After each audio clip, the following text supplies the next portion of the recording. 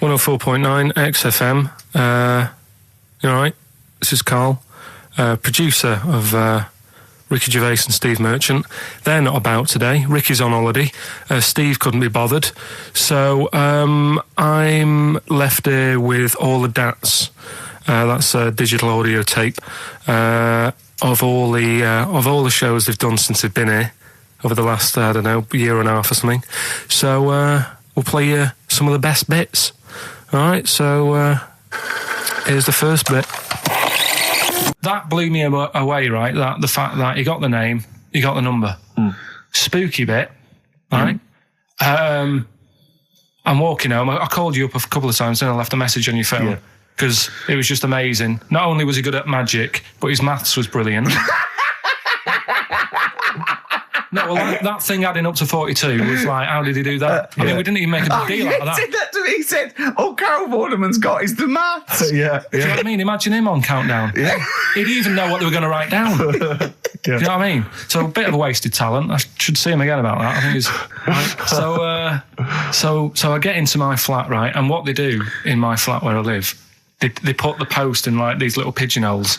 Right, and I don't normally check them out. I leave it for Suzanne to do, right? Sure. But this time, for some weird reason, I thought, right, I'll check it, see if we've got any post. Open it up. There's only this.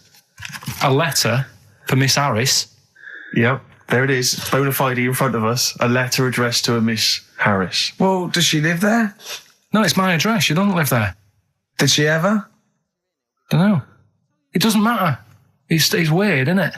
But we've never had. Normally, I think there was a guy who lived there called Yaki Shoki. Mr. 42. It was definitely wasn't an Harris, right? This is the first time we've had a letter for this woman. Yes. Right. But what are you claiming? Because Darren Brown himself admits that it is not paranormal, it is not supernatural, it is a trick. It's a trick. Is it? But he would say that, wouldn't he? Hitler said that. Play a record. Well, can we open this? No, it's illegal. No, but I'm thinking if it's a birthday card for someone's like 42nd birthday. Right. You can't open that letter. Go and put it back or put you cannot open that letter. Why not? You can't open someone else's mail because you think Darren Brown's supernatural. What if we steamed it open and then resealed it? No one would know. It's only a letter. You can't. You can, but I don't want any part of it. Carl, I think you should open it. No, you open it. I'm not opening it. It's against the law. You should open it then. We won't open it then. They won't send you to prison. Forget it. You'll get off. Cure? Yeah. Bit of cure? There's no cure, no. I'm looking... Well, I'm tempted to open it. Well, do you want to, Steve? There you go. No, I'm not going to open it, but I think you should, definitely. 6 Different Ways by The Cure from the album The Head on the Door. We've enjoyed that. The Head on the Door, Carl. Ooh, bit of a coincidence. Spooky, isn't it? It was only 4 weeks ago you were talking about a head and a door. Exactly. Has the door got a number on it? 42. Oh, dear. So we're not opening it? No. Well, I can't open it because as the producer, right? Oh, yeah, because your standing in society is such that they'd make a real example of you, a producer of a tin pot radio show once a week. Yeah, he should know better. He can press buttons and talk at the same time. Sending down. But they wouldn't try you in an adult court. You would get away. You would get away with it. Just they'd hear you speaking for a little while, and the judge would end up squeezing your head and letting you off. It'd be like those people who train monkeys to break in. Do you remember down in South London? We talked about it in the past, and they were going around robbing stuff, and they trained them to do it. Yeah, I don't think those monkeys would have got in trouble. It would have been the keepers. So, I think XFM would probably take the rap. Will you open it? No, I can't be seen to open it. No, he's a writer-director. Exactly. So am I. I can't be seen to open it. I'll give it here then. Right, I'm having no part of this. That's against the law. But right, I'm having no part of it. Open it. Come on, you've started now.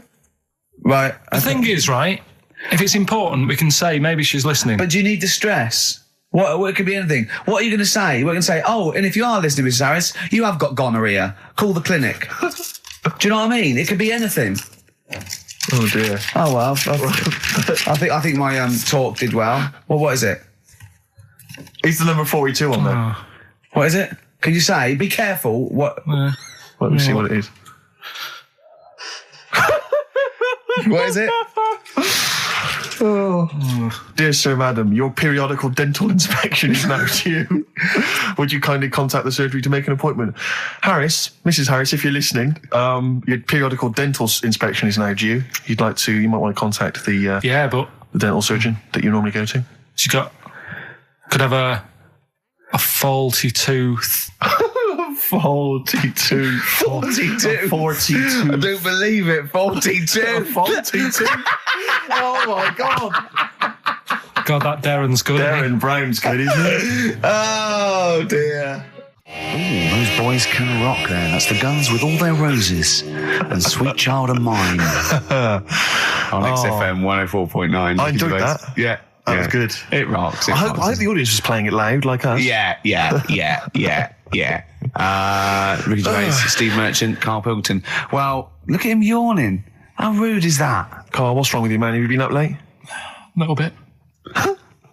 Girlfriend was away, wasn't she, yesterday? Yeah, I always have a problem with that. Because you don't go to bed, do you, early? Do you know what I mean? You sort of think... I just always find that thing that if, you're used to living with someone, one of you will go, let's go to bed, then you'll go, all right. But when you're on your own, you go... You just forget to go to bed. I just stay up. Okay, stop eating now, Carl. You've ate all the food. That's just a plate. All right. Okay. Yeah. No, I stayed up and watched... there was a thing on about Dracula. Right. What, Dracula? And I found a flaw in it. Go on. Not the fact that he's the living dead and drinks blood to stay alive and he doesn't reflect and he can turn into a bat. Well, and you can go on. The mirror thing, he can't look in mirrors, can he? Well, he can look in mirrors, but he can't see himself in a mirror. Yeah. That still doesn't work. Go on. It doesn't work at all, Carl. It doesn't work at all. Well, centre parting's always really neat. His centre parting's always really How does he do it if he can't look in the mirror? Blood on the floor or something it was called. Rubbish. I love the flaw in the Dracula film is that his centre parting's too neat. How did he do it without a mirror? Oh. Was it a documentary about Dracula? No, there was the real Dracula. The real Dracula. Yeah, the real Dracula. The it's true just a film. It had blood on the floor or something. It was called. Yeah. It's rubbish. We had a little lunch yesterday, didn't we? We did indeed. That was a nightmare. Yeah. I hate going out with you two. I was explaining to Carl, right? I like to excite Carl's imagination, right? And if it involves chimps or monkeys, all the better. Brains he likes, parts of the body, deformity. I know where to, what buttons to push. And I told him about this thing. I don't know if any of you out there know about this, but there's an experiment they did in the 50s, a clinical psychology experiment where there's your two hemispheres of the brain, okay? They're joined by a thing called the corpus callosum, right? Which is just a little flap of skin, like a little scarlet lead that joins your two hemispheres. And what they did, they cut that in half, and they thought it was a cure for schizophrenia, but what it turned out to be, or epilepsy, I think, I can't remember, was that your two sides of your brains didn't function together. You couldn't get information. I was telling Carl all this thing, and one of the things I told him was that they did it on a monkey, and it fought itself over a nut. Like its right arm was connected, by its left lobe of the brain, and it was fighting over itself. And Carl went, instead of thinking this is amazing experiment, he went, would it have been happy if you'd given it two nuts? Yeah, I know. Well, you started off by explaining it, and I remember you mentioned, because I was watching the two of you as you were describing it to me, you said, of course, one side of the brain deals with symbolism, and as you said the word symbolism, I noticed Carl drift away from looking at you, pick up his mobile phone, and start pressing buttons randomly. And I thought it was the word symbolism that got him. And I noticed you took you just a moment longer. And I think the first thing you said was, when did I lose you? Yeah, I knew I'd lost him. It's extraordinary. And he doesn't even try to disguise it. I said nomenclature at one point as well. Right, yeah. And I knew I was dicing with death there. Yeah. But I told you tried to look it up, didn't you, on the web? You didn't find anything about it, did you? The spelling of it's what is it again? What's the word? Corpus callosum. Yeah, so I couldn't do it. Don't bother. Give up. Don't bother. So if anyone knows any interesting facts about that but yours hasn't been cut in half, has it, Carl? That would again might explain something. I'll tell you what we will be talking about later. I don't know if you're sort of aware of them, Steve. Go on. Bonobos. Oh, I don't know much about bonobos. I told him about he was looking for stuff. I said put in bonobo. He was having no luck with chimp. And they're a form of chimpanzee, but they're even closer to us, evolutionarily speaking. They've got their social groups are more like ours. They're more intelligent, and he was loving it, weren't you? So is it human bonobo Carl? Is that how it works on the evolutionary ladder? Chimp, Carl. Yeah. Yeah. Talking about So we're talking about bonobos. You're excited about that? Yeah, That's coming up in Monkey News? No, I think it's a bit of a monkey bonus. All right, XFM 104.9, Ricky Gervais, Steve Merchant, Karl Pilkington, not here. It's the best of. You've been voting in all week, sending your emails. So here's the clips that you wanted. Another holiday? Well, it wasn't holiday. Well, it was. You had 5 days off work. Why isn't it holiday? You had 5 days not working for a living. You know how many days holiday gets a year now? 29. Oh, that's more than teachers, isn't it? It makes me sick. It makes me sick. Well, I know the kind of hours you work, Rick. It's mad. I mean, if you're not in work by midday, you're furious. No, but I mean, I'm always... 29's normal for the normal working person. Yeah, but, you know... And anyway, it wasn't a proper holiday. I went to see my mum and dad. It's nice to see them and everything, but it's not holiday, is it? Why? It's not going away. It's not getting on a plane, is it? Going away. Oh, is that definitely a holiday? What happened before 1950? I don't know. People used to go... Yeah, exactly. People used to go to Blackpool or Brighton. That was holiday. Yeah, but I didn't Where did you go? Went to Wales. There you go. Lovely holiday. Lovely holiday. Have a holiday in Wales. That's what they say, innit? Come to Wales and have a holiday. That's what they say, innit? So come to Wales and meet your parents. Come to Wales and have a lovely holiday. Right. Well, anyway, it was good and that. It's always good to see him. Right? Yeah. But week off work. Do you know, like my mum likes gnomes and stuff. Yeah. Right. Of course she does. She's lived with one for 30 years. She said, get your dad to take us to this park where they've got 6-foot gnomes and stuff. Right. Have a walk about. Sounds like a nightmare. Yeah. Sounds like a living nightmare. Keep an eye on Carl. Yeah. So anyway, he stood still for 2 minutes. Someone bought him. No. You can't buy them and that. It's like a little exhibition thing. Yeah. Right? And it's part of a hall. Right, this big hall that you have to pay to get in. But we didn't want to see the hall. I just wanted to see the gnomes. Of course you did. Yeah. So anyway, my dad says, yeah, well, we can get in there for free. Of course he did. Clever. Right? So we parked up on this little country lane, right? No one about. How much was it to go in? Like £2? About £3 each. Yeah. But he said, well, yeah, but if you don't have to pay, do you know what I mean? You enjoy it even more, don't you, when you're walking about and you're thinking, I've got this £3 in my pocket, no one's having it. Yeah. Right? No, looking over shoulder for a bloke with a peak hat saying, can I see your ticket, please? I wouldn't enjoy it more, no. Go on. Yeah, but you don't worry about it, do you? You got a bit of money now then, Rick. You're changed. So anyway, so we had to walk across about 4 fields. For £3? Right? And what happened was, we're walking through all these fields and what have you, big grass and muddy bits and all that, because it'd been raining, and climbing over fences and stuff. And we're in this field, right? And I look to my right, and there's about 30 cows all staring at us, right? And Suzanne started to panic a bit. She said, we shouldn't be here. Dad says, of course we can. We're allowed to go wherever we want. You know, all this land, it's ramblers' rights and all that stuff. Yeah. And take a cow if you want, unattended. Serves him right for leaving him in the field unattended. I'm having one. Yeah. And So keep us fed for a week. across. Anyway, these cows start surrounding us. Surrounding us. And, oh, brilliant. Oh, no. Face off. And Suzanne's panicking, going, this isn't right. We're not going to make it to the fence in time. They're moving faster than us, and he started sort of running a bit. Wow. And it's like some kind of bovine West Side Story. A gang of cows coming at you. Don't worry about it and stuff. But my dad had to sort of stand there and wave a stick at him. Of course. And we got away, but Suzanne was having a bit of a sweat on. Got away. Saying, we could have got killed. Sure. And my dad saying, no, it never happens. And I just wondered if it does, if there's a risk of... Yeah, it is rare, but there's been a couple of cases of being trampled by cows. They're not aggressive. They sort of run through you. Well, they're aggressive if they've got a calf. They do have kids. What? They had kids with them. Kids, yeah.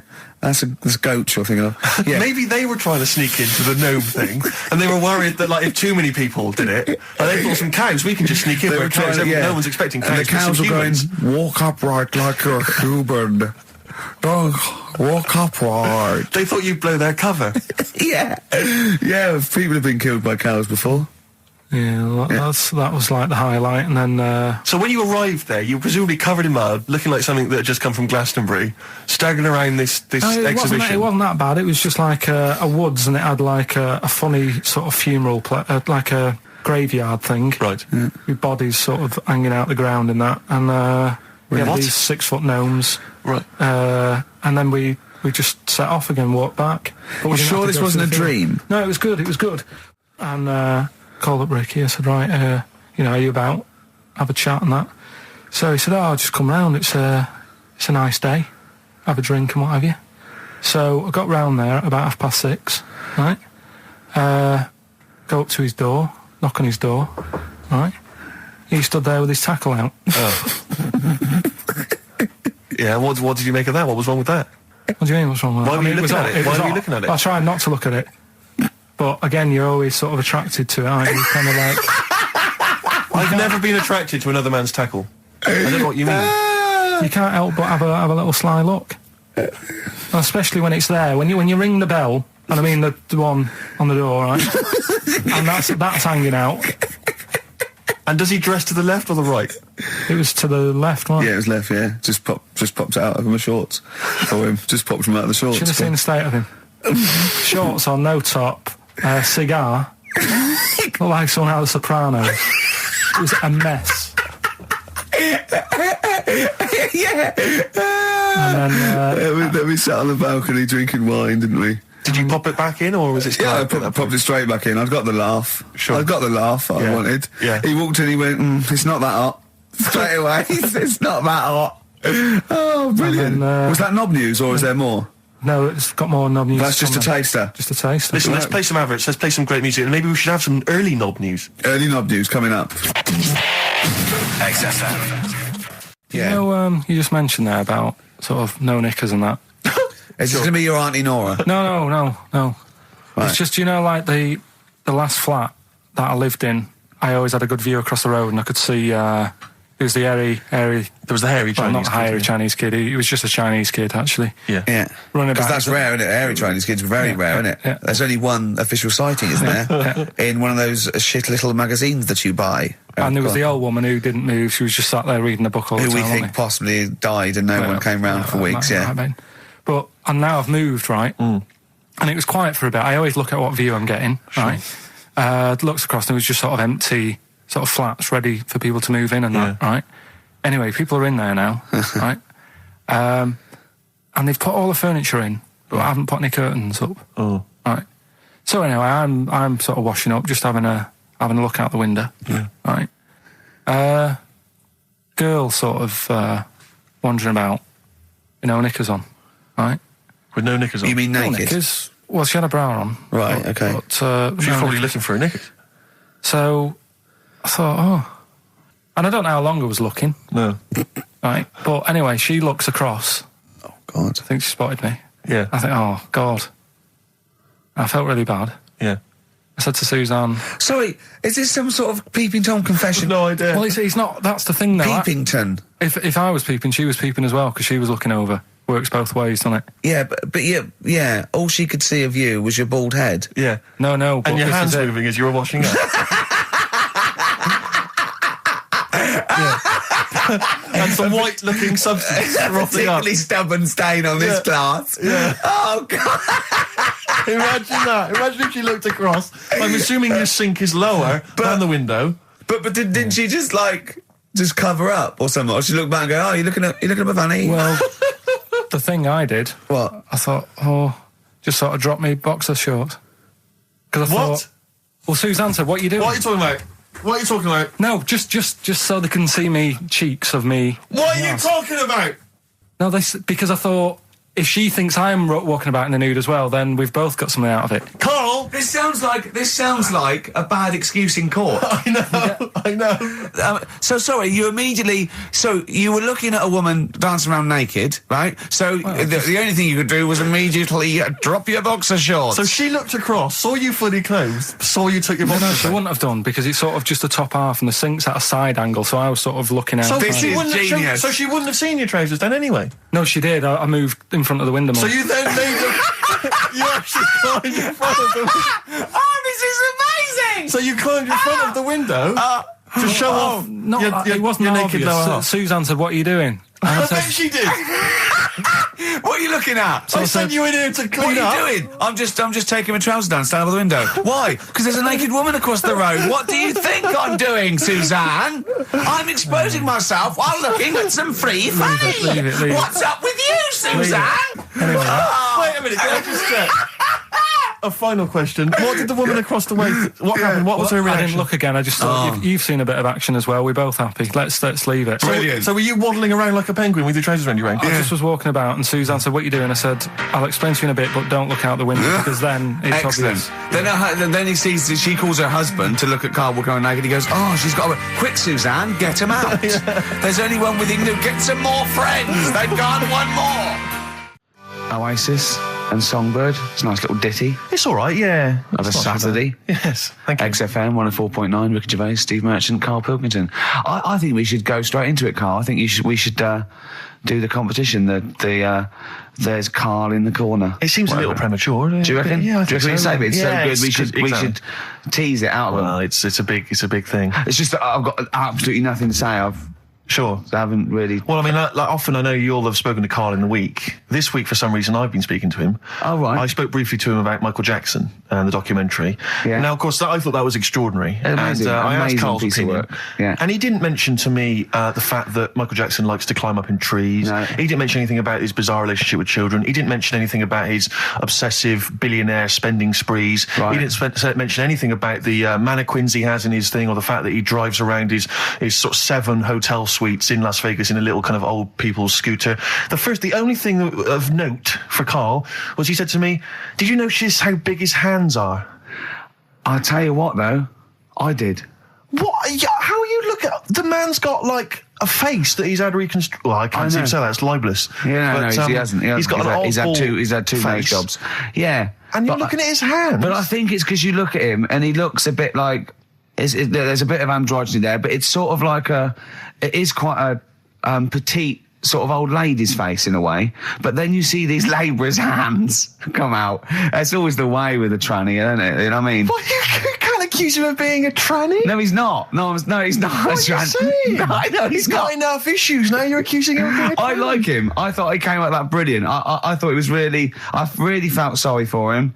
No, I think he cleared up a few things as far as I'm concerned. I thought it was a fascinating piece of work, but I did like the shopping spree. That was great. Extraordinary, because he's just got going such around bad just taste. pointing. I know it was bad taste, wasn't it? It was like one of those bizarre shops. Yeah. You know what I mean? There's anything, sort of a gift shop, but they're trying to make it look like Ming. But And it's sprayed gold. If he'd been living in a trailer park, he'd have been ordering, one of those porcelain dolls dressed like a Harley Davidson bike rider, or an Elvis commemorative plate. It was the kind of billionaire equivalent of that. But the hands were a giveaway. It's the same as those sort of transvestites. It's like you get what's it about his hands? You know when you get like a cab driver or something, right? And he decides to turn transvestite about 60, and he goes on Kilroy. Do you know what I mean? That way, he got a twin set of pearls, and he goes, "I've never felt so comfortable." But his hands are still big. He's got a little wig, and he's got the lipstick on, and he's with his teenage kids who are going, "Kill me." Do you think he's been having surgery on his hands to make them larger? Bigger, yeah. Is that why he was wearing that glove through most of the Exactly, but I think he wants to be a goalkeeper. Right. And they said, "Well, you can't, Michael. You got to have big hands." It would help him climb the trees. It's right, yeah. And he can play tennis now without a racket. Yeah. So what did you make of it, Karl? Were you intrigued? The Michael Jackson thing. It's it was all right. The brilliant Blur, Out of Time on XFM 104.9. One of my favourite singles of the year, and that's another thing. We'll be playing our favourite singles of the year, as well as our favourite clips of our own show. Rick, I imagine if people have got a bit of Christmas money, they're wondering what they can spend it on. Office DVD. Well, other than that, these guys have got some ideas. What, adverts? Brilliant. Good to hear that again. It's fantastic. Waiting on a Friend by the Rolling Stones. Yeah? Go on then, Karl. On XFM 104.9, Ricky Gervais, Steve Merchant, Karl Pilkington. Go on. Right, this one. Remember Blockbusters? Uh-huh. Right, this one is good, and we'll do this one. Rockbusters. And remember how Bob Holness used to give you a letter? Yeah. And it'd give you a question, and the answer to that question is that letter. Yes. Right, well, it works like that. So if I said to you, we'll test it out on you, Steve, right? Right, welcome to the show and that. Hello. Let's play, right? And I say, right, your first one is W. And the cryptic clue, because it's done like crosswords. Okay. So not quite like Blockbusters. Well, this young man prepared for his death. And it's a W, so the answer... And it's not always going to be like our sort of music. It can be any sort of music that's out there. So the W is the name of the answer. I understand that, but is the answer always the band name, or is it... Yeah. It's always the band name, is it, or the artist? Yeah. And so would the W be the surname, or would you have both the initials if it was someone's name? Would Elvis Presley be EP? Don't get annoyed, Carl. These are questions that I knew would be asked. I know because you tested it on me. So you've got to tell them. Well, That's the know point. the rules. If it was Elvis, I'd probably do E. No. Give him the answer. Give him the Right, answer. did you hear the clue? No, give me the clue again then. So the letter is It is a W. cryptic clue. It's The clue's W. fine. Listen, but- and the go on. clue is, this young man prepared for his death. This young man prepared for his death. Yeah. This young man prepared for his death. And it's a W. And it's his first name. That's what he needs Well, to see, know. that's the... Yeah, but I don't... Well, shouldn't we have the initials? Wouldn't that make it easier? I mean, Yeah, but they didn't do that on Blockbusters. It just had one letter. They did. if it was if The gold one they often had us for 3 or 4. Did they? Letters, yeah. but it was normally just one word. It wouldn't have been a name or something. All right, then. W. W-Y. W-Y. Will Young. Excellent.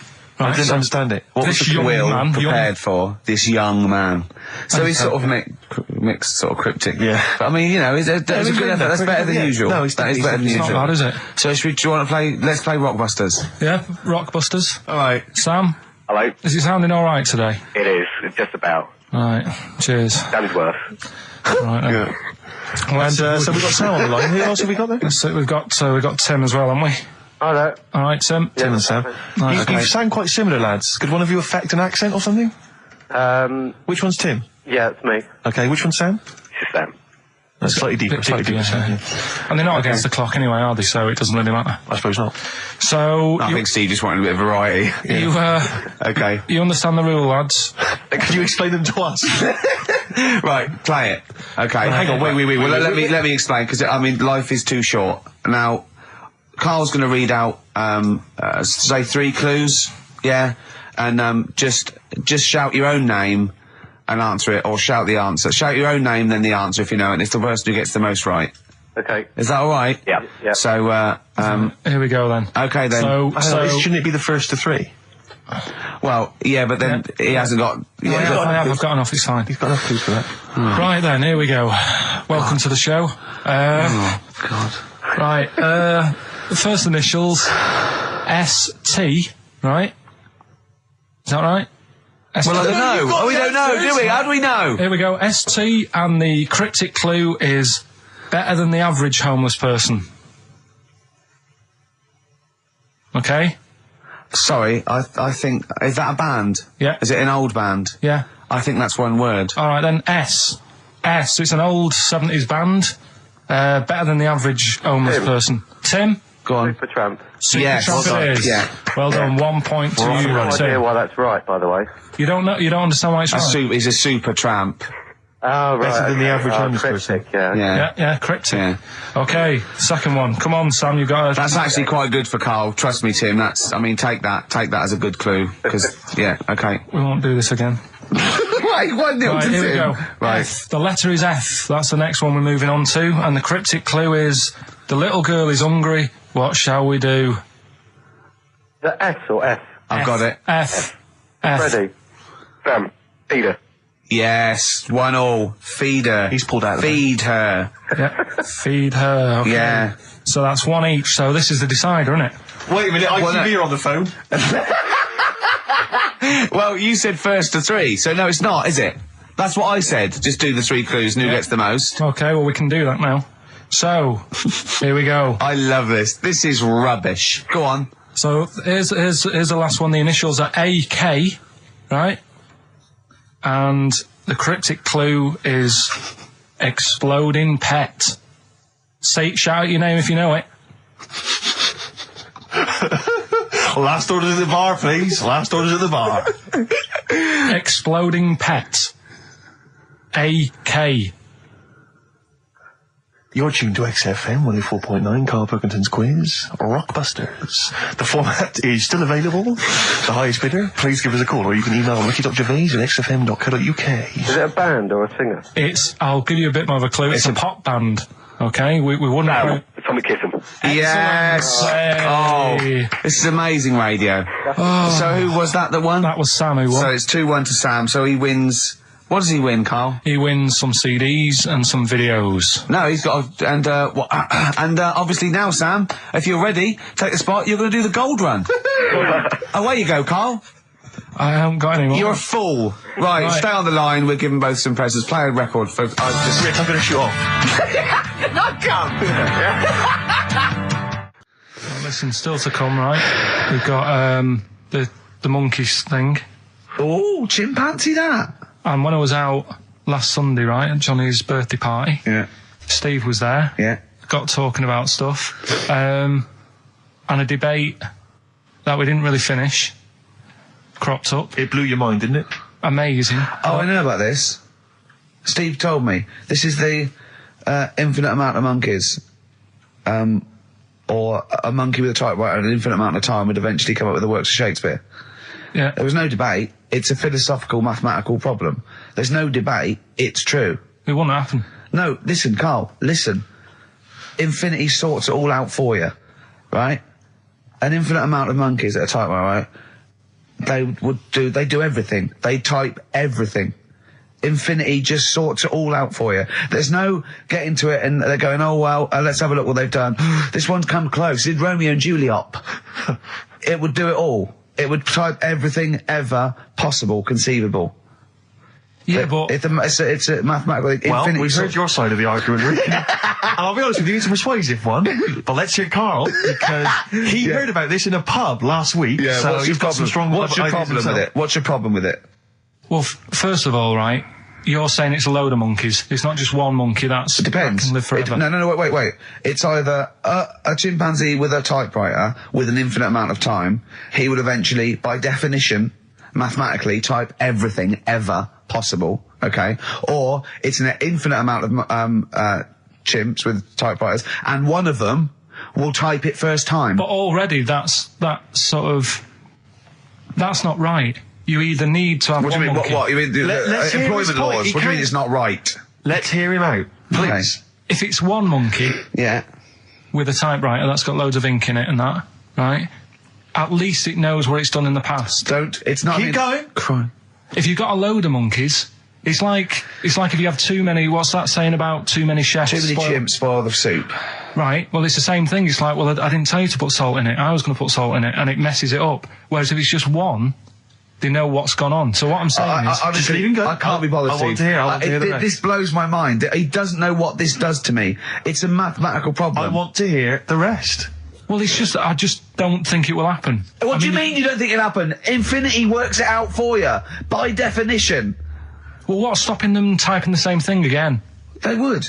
In fact, the problem should be if you had an infinite amount of time that it would type. It works for Shakespeare an infinite amount of times and everything else an infinite amount of times. But you know, that's not as. But not Shakespeare. Oh, shut up, you idiot! Rick, do you know what he said to me? I said to him, I explained it to him. I said, you've got an infinite number of monkeys, infinite number of typewriters. They will type the complete works of Shakespeare. He said, have they read Shakespeare? You're an idiot! Play a record. No, I'm not having this conversation. I'm not having it because it really, really winds me up. But you're saying they'll do it with no spelling errors. Well, they do it an infinite amount of times. And they do it wrong an infinite amount of times. And they spell the last full stop wrong an infinite amount of times. And they get one thing wrong in Hamlet wrong an infinite amount of times. They do everything an infinite amount of times. But are they going off a story that they've... Play a record, Karl, because I'm going to knock you out. I'm just saying... Shut up! Do they know the story? Oh, they're monkeys! Oh, Christ. No, right, okay. Right. The Cure, obviously, love song. Right, Karl's been taking phone calls for these clues. Right, and so everyone's been saying the same thing for the last one. He's been going, no, and I'm worried, I'm always worried. FD, I just overheard him on a call there going, what have I been saying? Oh, no, it's FP. Dickhead. Right, give me the clues out. It's a rollover. Right, tell people. We're really sorry to anyone who would have got that right. Okay, right, do the clues quickly. Tell them it'll be a rollover, so we have to do 3 new ones. Do you not write these down, I don't write the answers down in case Ricky looks over the thing and sees the answer. Why would I cheat? I'd rather you do something right with your life. Right, well, the clues were I've got 3 other jumpers like this one. Yeah. That was FT. Yeah. You got that. 4 tops. Yeah, that's all right. Good, well done. That bunch of people can't make up their minds if they want to sit in the sun or not. That was C. They were getting that. That was charlatans. Charlatan, right? A bunch of them charlatans, right? What What's Charlie? No. It's like, shall I go out? Shall we? Charlatans. They got it, right? Where I went wrong with this one, the Jamaican fella, he had to have some aspirin. Why? It's my fault, you know, I'm not cutting, there's no point passing the book or anything. I said FD. A lot of people were saying, Fred Durst, like, forehead hurts, which is a good one. Yeah, which would have been as good as any of yours. But I made an error, so we'll roll it over. No. What is the answer? What is the answer? Jamaican fella what? Add some aspirin, why do that? What's the thing? FP. It was Frida Payne. Frida Payne. Frida Payne. Frida Payne. Frida Payne. That's awful. Carl, you've got to write these down next week. I'm sorry, you're the producer. I know, but I've had a busy week, haven't I? That's not an excuse. That isn't an excuse. Our excuse is we don't care. Yeah. You do put care. the work in and then make a mistake. Yeah. It's better not to try than try your hardest and be rubbish. Do you see what the point? We don't care. But you've got standards. Yeah. And you're not meeting them. Think of that. You're not even reaching your standards. God. Right, well, that's that, I guess. Well, the prizes will be giving those away next week. Again. Just completely... Song for the ladies to end the show with. It's from Nick Cave's new album, Nocturama. This is a track called He Wants You. Back next week. Remember, Frida Payne. This is the Best Of Show on XFM 104.9. I'm Ricky Gervais, with me, Stephen Merchant. Yes. I hope you're enjoying the Best Of. I know what you're thinking. If this is the best, my Christ, what was the rest like? Well, we'll be back in a week's time, so you can judge it for yourself live. But anyway, in the meantime, this is one of the best clips I've ever heard. Oh, I'm laughing just thinking about what it might be. Do you know why people tink the glasses before they have a drink? Why they tink? The verb to tink. I do know that, Carl. Is it about poison? It is. Here we are. What, would it make a different noise? Nope. Brilliant. Go on, explain Why? it. You explain it, Steve. No, don't, Steve. You explain it, Carl. Go on. Oh, I've started, so I'll finish. Come on, Carl. Explain why they tink the glasses. Ages ago, Yeah. only people with money had drinking or something. That's like one of my film reviews. Years ago. Welcome to History Now. Now, ages ago, only people with money had drinking or something. Keep going, Carl. Keep going. Like spirit and stuff. So they'd it's like businessmen. Businessmen. It's easy for you to say. This is getting to be cruel, isn't it? This is amazing. Yeah, go on. Why did you open your mouth, Carl? What were you hoping was the best that could happen? Because you were trying to make me look stupid before with the planet, so I'm not... Whereas you know... Yeah, go on, no, come on. Businessmen with money have got to drink and ching. Okay, so then with all the drinks... So they'd nip round to have a chat about whatever they're earning money with. And they'd say, right, do you want a drink then? And they'd go, oh yeah, that'd be alright. Yeah. So, rather than like, just pouring it out of a bottle into a glass and saying, there you go, it could be going, hang on a minute, it could be poisoning me here and trying to like nick my business idea. Yeah. So what they'd do, it sort of pour a bit of his drink into the other person's glass and you get that tink noise. And that's like cheers, you know. No, Carl, I just have a slight amendment there. I think what it was you're absolutely right that they would then test each other's drinks to show that it wasn't poison. But over the years, that was reduced to just chinking the glasses by way of saying, let's not actually bother going through the whole rigmarole. They just did the chinking of the glasses. Yeah, that's good. It was exhausting though, wasn't it? I know. Was it worth it, do you think? Well, I like that, because people carry that with them now. When they do that, they'll think, oh, that bloke's definitely not trying to poison me. Yeah. So the horrible thing is that now, when I do the glasses, I can laugh and go, they don't know I've poisoned them. Exactly. You should always do the pouring back and forth. It's a shortcut, it's a slippery slope. You know, just be careful. Karl Pilkington in the chair now. The talked about, the acclaimed Educating Ricky. Right, well, just in case anyone's new, doesn't normally listen. Yeah. Basically, I'm educating Ricky. Yeah. Do a bit of research in a week, find stuff, news, history, anything that's interesting. 3 stories, I give them a nice little headline. You take your pick. Yeah. Between now and 3, you're going to learn 3 things. Yeah? Yeah. So, the headlines are, I'll be no buying one of them. Give us that again. I'll be no buying one of them. Nice, okay. Yeah. We've also got hippopotamus news. Okay. Okay. And can you believe it? Can you believe it? Well, I'm going to go for hippopotamus news.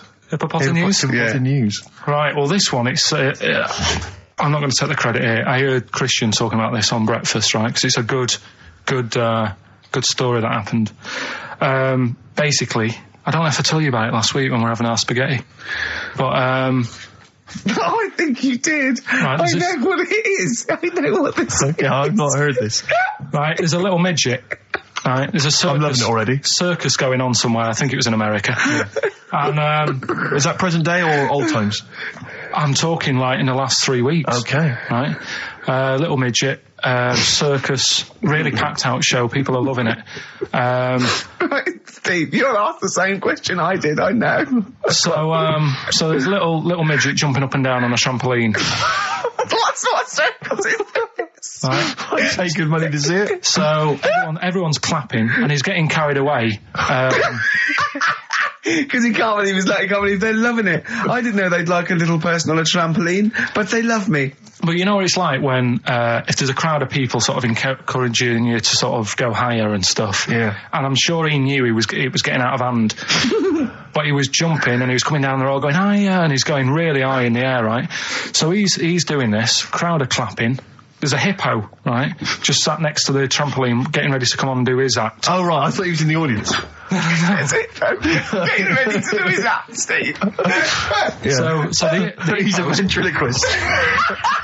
What do you mean he's sitting by the trampoline waiting to do his act? Because why does he sit in the dressing room and they go, 5 minutes, Mr. Muss, 5 minutes, Mr. Muss. So anyway, right, so the hippo's there. He's getting annoyed, is he? Because the midget... He's going, how can I follow this?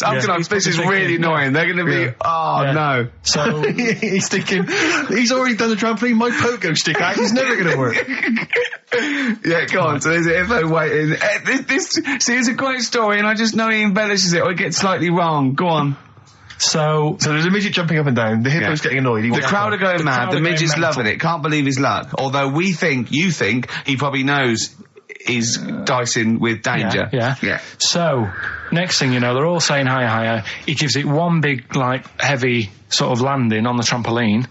Goes really high, but goes off at a funny angle. Oh, hypotenuse. Okay. Yeah.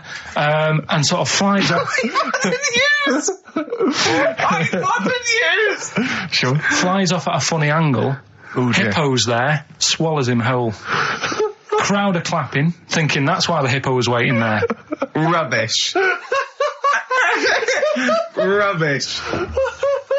It's not rubbish, though. But no, maybe there was an accident in a circus with a midget and a hippo, but at no point was this hippo waiting to go on, going, come on. The midget flew off at hypotenuse and landed in the hippo's mouth and was swallowed whole. This is what you embellish it. That is great. And what's that? I have to say, though, Rick, when I heard midget, trampoline, hippopotamus, I was thinking accident waiting to happen. Yeah. So... Yeah, maybe. I mean, it is that you should never put those three together. Never. It's a recipe for disaster. Everyone knows that. Midget, trampoline, hippopotamus. Are you mental? You're asking for trouble. Well, you know when he told me it, he said, and the midget, he didn't mention the hippopotamus, and he said the midget went on, and soon he fell off, and the hippo ate him. And I said, sorry, what was the hippo doing there? He went, it's a circus. I've never heard of a circus having a hippo. No, what do hippos do? do? What can they do? You can't train them, can you? Aren't they like very deadly? They're huge, aren't they? You can't have a hippo in a circus. Are you sure? You're not thinking of Zippo? He's neither clown. Yeah. And it wasn't some sort of where Zippo was eating a midget and it's some sort of horrible sexual act. No, it was definitely. I heard it on breakfast, right? Okay, sorry. No, it's definitely fact. Yeah, okay, right, okay, good. Carl's found love on the street before, haven't you? How's it going with your bird, Carl? Are you married? No. How long have you been out with her? 7 years. Because, I mean, you're quite a simple man. Yeah. You're sort of a simple in a nice way. I mean, you're like Helen from Big Brother. Yeah, you're sort of nice enough, but I look normal.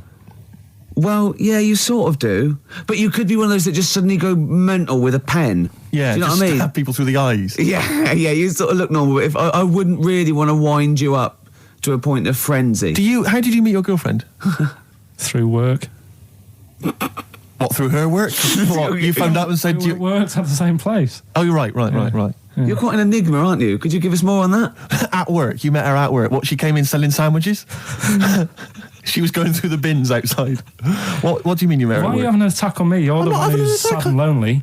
No, he's done you again. Yeah, but what I thought was interesting was I just scratched at him and he just went mental. Yeah, no, it's like a bear caught in a trap. It's funny, isn't it? You'll never learn. No, I was just interested to find out what the story was, because it might be a really romantic story. Well, it's not. All right, jeez. I love the fact he doesn't want to talk about his love affair. I was thinking about you in the week, and like, does it worry you? I mean, you sort of joke about it now, and we're talking about it in the office, you know, like, oh, is Steve really touchy about the way he looks? And, oh, what's this? Where's that come from? He's done it again. He's done you again. I was walking home the other night, and I was thinking about it. And do you worry that when you're old, you will be on your own? You did start it, though, didn't you? Well, Carl, I'm glad you brought this up. because I mean, for me, you know, a lightweight, frothy entertainment show on XFM on a Saturday afternoon is exactly the place where I want to discuss the desperate, lonely future that's inevitably coming my way. Oh, God. I'll tell you what will cheer you up and forget all that. A bit of Embrace. Oh, one of the most hated bands.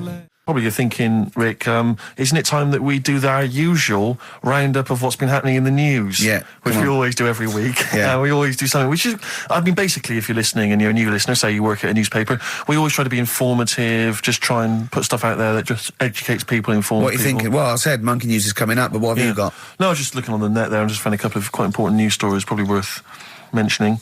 Policeman caught photographing.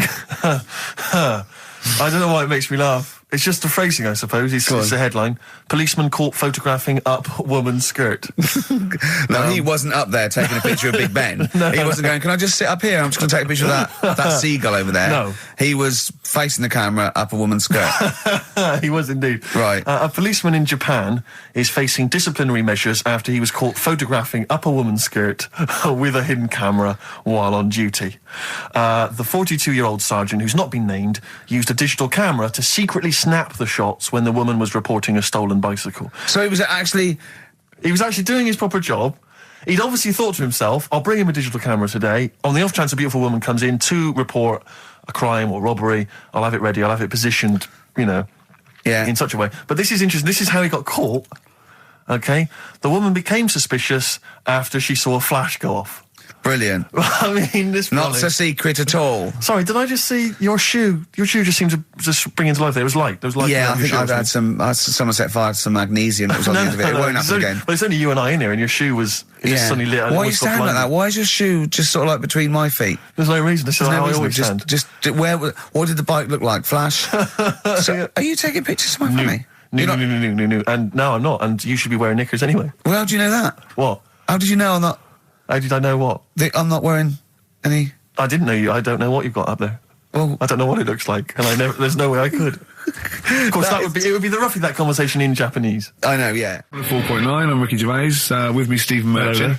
It's the best of. You've been voting in all week, sending your emails, so here's the clips that you wanted. Wu-Tang Clan and Gravel Pit, we love that, don't we? I love it, yeah. Yeah, brilliant. Classic track. We're talking about embarrassing stories and stuff, and I don't know if I've told this on the radio before. Have I told you, Carl? I'm not sure. But this was when I was working at the BBC. This is not even long ago, and I'd moved to London, and I was fairly new in London. And I was working at the BBC, and I had this BBC hire car, and I've never told it. If there's anyone listening who works for the BBC, I don't know if I can still get in trouble for it. But this BBC hire car, and it was like I'd been ferrying kind of actors and people and production people around all day in this car. And I was driving back, it was quite late, it was about sort of 7 or 8, and I was driving back, and I pulled in to get some petrol to fill up the car every day. And I went into this garage to fill up some petrol, and I was there, and these two blokes came in a white van, right? They pulled into the forecourt, and I was filling up the car, and they went, "Hey, do you want to buy a couple of speakers?" And I said, "Yes, I do." Yeah. Because I'll tell you the reason. It was like I was so flattered that they thought I'd be the kind of bloke who would A, need some kind of classy speakers, and B, would like to buy them on the sly. Do you know what I mean? Yeah. I thought, they like the They've seen me. They've seen I look a bit of a hustler. Exactly. Yeah. I'm a street sort of guy. You can see by the way I use my walk. Exactly. Yeah. So I couldn't believe my luck. So they drove behind the garage, the little sort of garage bit at the back, and I went round there, sort of casually went round there, sort of locked the car, went round there. They went, open the back. You had 2 speakers in there. I said, "Are you sure these aren't knocked off, mate?" He went, No. We work for Dixon's. This is the story he spun me. We work for Dixon's, right? And we're delivery men. And if we make a delivery and the person's not there to sign for the goods, then we have to bring them back to the warehouse. But if we can sell them on the way back, then that's really good for Dixon's. Dixon's must love that. And instead of thinking, are you sure some kind of troubleshooter didn't... I mean, did someone going to go into Dixon's and go, you're not getting in the garage forecourt market? Jones. Exactly. Get a couple of lads in a white van. Exactly. Yeah. So anyway, so I sort of bought this story, and I was a little bit dubious, and I went, right, let me hear them then. And he wired them up to the car stereo, and boom, boom, boom, they're playing. So it was some groovy hip-hop. I was thinking, great, these guys know what I'm into. Yeah. And he's giving me the talk and stuff. And I said, I'm a bit worried these are knocked off. He went, no, listen, we got a bloke at Dixon's who can confirm this is fine, right? Phone him up, use my mobile, right? And quote this reference number, right? So I phone out, and I goes, I go, hi, some guys here in a garage forecourt trying to sell me some speakers. Just wanted to check. He went, it's fine. I went, should I just read the reference number or whatever? He went, if you want. And X14, and I'm like, yes, fine. Yeah. Okay. You know what that was, don't you? That was actually Mr. Dixon himself. Exactly. Yeah. Exactly. So I'm thinking, well, they sound great. They're giving me for a knockdown price. I'd say they were like 400 quid, they were like 200 quid or something. It was a good bargain. I was in the market for some speakers as well. Yeah. So while they were loading it's them all kosher. I phoned Dixon. Exactly. I phoned Dixon's. That's fine. Yeah. So while they're loading them in the back of the BBC hire car, right, I'm in there paying for the petrol, right, and the guy who's serving goes, all right. He goes, what were you doing around the back with those blokes? Right? Because obviously there's security cameras filming this whole transaction, right? And he goes, what are you doing around the back? And I went, brilliantly, there's some old mates. Some of my mates were just having a chat and that. He went, oh, right, okay, like giving me obviously the evil eye. So I went back to the van. So I'm in the car now and I'm driving with one of the blokes who's in the van with me because I didn't have the money on me. So I had to go to the cash point to get the cash, right? So I'm driving with him and the other guy's following me in the van and he was like a northerner like you and he's giving it all the, all right, I tell him my girlfriend's a DJ, she's got some of these speakers, they're fantastic, and he's giving me this. And then my mind starts working. Now that I've got a bit of time to think, I'm thinking, wait a minute, this all sounds a bit dodgy. Yeah. It dawned on me, Rick. Fool, are you? You're streetwise. Exactly. You're streetwise, Steve. Not only that, I was thinking, how am I going to get them home? I've got to drop the car off at the BBC. How am I going to get these huge speakers back to where I live? And how can I pay for them? Because I've just spent £100 on Find the Lady with a couple of blokes in the square. It seemed like a fair game.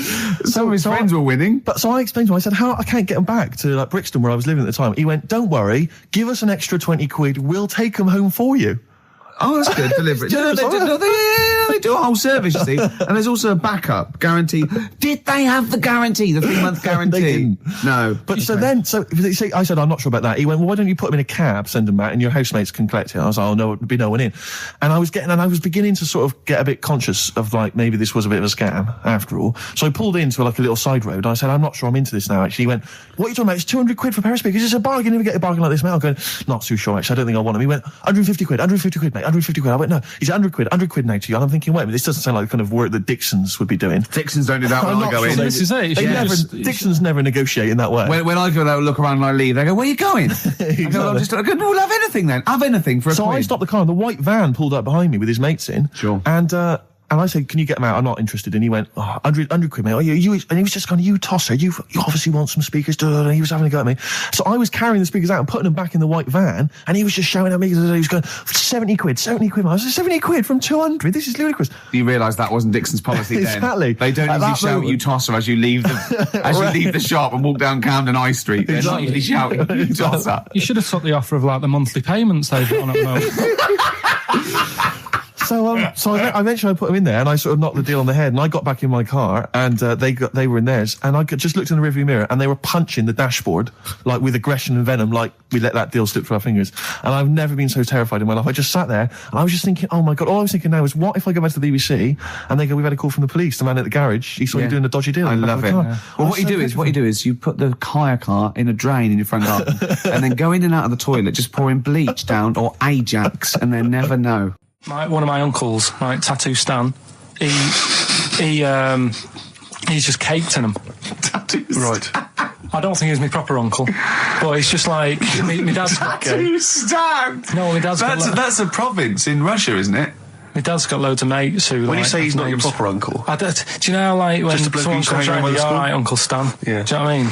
And my dad had loads of mates like that. There was John the Screw. Right. So he either works in a prison or he likes to have sex. Cabbie. Cab driver. Okay. There was Jimmy the Hat. I don't know where he Jimmy did. the Hat? Yeah. And, did he wear a hat? No. No. There was Fred the Veg. You sure he wasn't a relative? Sorry. Fred the Veg used to get us like big bags of potatoes and that. Fred Veg, okay. And there was Tattoo Stan.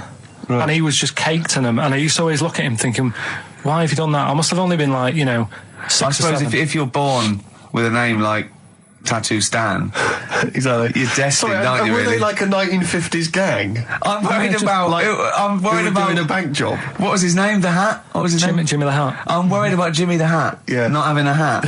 I don't understand it. Are you sure he didn't have a hat? Not when I met him. Did he ever wear a hat? I didn't see him that much. Do you think it was a joke, like, when your mate's sort of like, 8 foot and huge, you call him Little John or Tiny? Do you think? The fact that he never wore a hat. They went, hold on, I've noticed something about Jim. Go on. No hat. And I go, oh, true, let's call him Jim the Hat. Jim the Hat, yeah. But my Uncle Stan, he had like loads of them. He did them himself. Oh dear! And it was always that thing. God. What was it? Things like he had like the cross cut here, made in Britain. And if you're going to do them yourself, I'd say at least make sure you're sort of a good drawer. Yeah, and don't do it in the mirror so it comes out backwards. Well, that was the other thing. But like, I remember he did. Names are all right. He had like all his kids' names down his arm. And, what were they called? Yeah. Oh, God, it's Tattoo Stan Jr. Yeah. And Paul shits to bed. I'm trying to. Wabbai Kate. Yeah. But he had, Frankie never amounts to anything. Oh God! So he had like Johnny, I don't think he's mine. So he did all this. I don't even know why I'm telling you about tattoos. No, nor do I, Carl. Right, there was this. This is what it's like about getting presents and stuff, right? With my mum and dad. Go on. My mate Colin, right? No, Colin Bailey. Oh, right? Yeah. He had a little Sinclair Spectrum, right? Yeah. Computer, which was like the thing to have at that time, right? Yeah. You used to always go round to his house. The deal was not the one you had to play through the window because you weren't allowed. No, that's another lad. Oh right? yeah. This is a different lad, and the deal was he came to our house and my mum gave him a pie, and then I'd go round to his and I'd stay there for a few hours playing, Hungry Horace and stuff like that on it. Yeah. Right? Now, my mum and dad knew that I really wanted one of these computers, right? So I waited about a year. Came round to Christmas Day. I thought, I reckon might have one. Turned out they bought me the wrong one. They bought me a ZX81 instead of a Spectrum, right? And Christmas Day, I'm there trying to load the games up. It's not working. I'm thinking, what's wrong, right? And the thing with me, when I was a kid, I used to get quite sort of agitated. This is the moment, right? I found out that it needed a RAM pack to make it work, right? Looking in the thing and it's saying, and make sure you put your RAM pack in the back. And I was like, oh, where's the RAM pack? And my dad's going, I don't know, I've got you the main bit. That's it. So I was that wound up, I just was sick, right? Just sick. I didn't feel sick or anything, I just was like, oh God, went to the sink, just sick. Because I was that on edge about it. I said, come on, we've got to get one. And my dad's like, Tandy's shut, we're not gonna get anything today. Ruined again, Christmas Day. That was after the year when my train set got blown up by our kid. The following year, no RAM pack. And now you ask me, why don't I get good presents? He's scarred. He just I'm gonna die. Honestly, I'm gonna die. He's just screaming sick. Yeah. There's no RAM pack. Did you get to the bottom of it? Why wasn't there a RAM pack? You have to buy them separate. Oh, okay. What do you mean I can't play Frogger? Oh no. So, wasn't there another incident when you threw up? Spontaneously threw up? Through sheer anxiety? I do get it. It's not so much now because I've relaxed a bit, but as a kid I used to be quite on edge all the time with certain things. Do you think that's what happened to your The cat wind. that kept being sick? That it didn't get the food it wanted and it just threw up? Do you remember that? Yeah. God, so they shaved it.